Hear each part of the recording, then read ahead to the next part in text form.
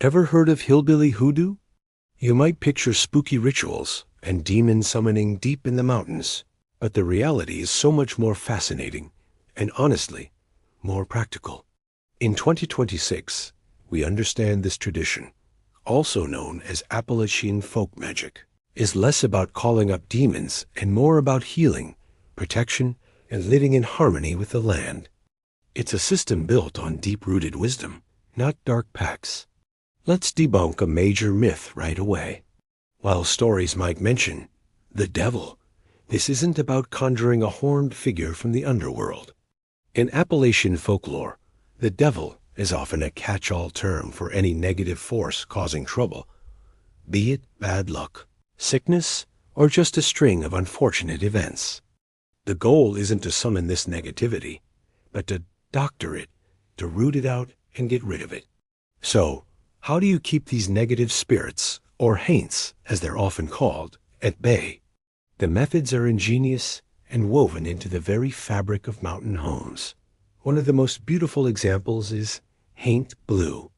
It's a specific shade of light blue painted on porch ceilings, doors, and window frames.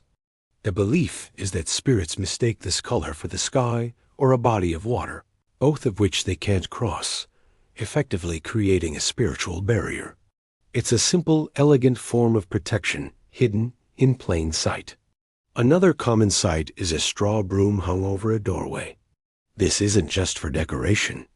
The lore says that an evil spirit can't enter a home until it has counted every single bristle on the broom. By the time it's done, the sun is up and its power is gone. It's a clever way to outsmart malevolent forces. Of course, you also have classic methods, like using salt to cleanse a space or drawing ritual circles to block out negative energy, practices found in many folk traditions worldwide. Now, what about those famous crossroads deals? We've all heard stories like Robert Johnson's, where a musician supposedly met a demon at a crossroads to trade his soul for incredible talent. These tales are a powerful part of the folklore, but they're not the everyday practice of a conjure doctor. If such a ritual were to happen, it would involve specific items, maybe some graveyard dirt, a black cat bone, and a personal item buried at the meeting point. But again, this is more the stuff of legend than a commonplace spell. The real magic is in the day-to-day work of protection and healing. This brings us to the tools of the trade.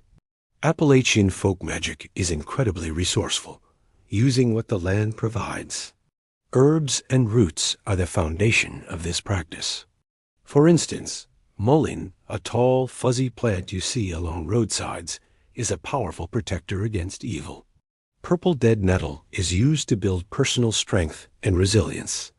These aren't exotic ingredients from a hidden grimoire. They're plants growing right in your backyard, filled with spiritual power. And here's something that might surprise you. This tradition is often deeply intertwined with Christianity. Many practitioners, sometimes called granny witches or power doctors, see no conflict between their faith and their folk practices. They frequently use Bible verses, especially Psalms and prayers, to amplify their work.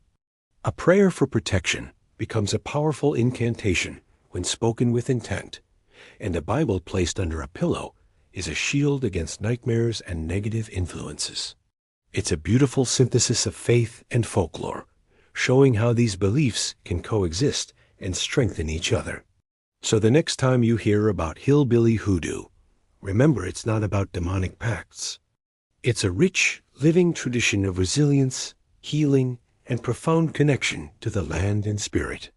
It's about using what you have: faith, plants, and community wisdom to protect your home and keep the darkness at bay. It's the magic of the mountains, practical and powerful. Thanks so much for watching and exploring this piece of Appalachian culture with me. If you found this interesting, be sure to like this video and subscribe for more deep dives into folklore and hidden histories. See you next time.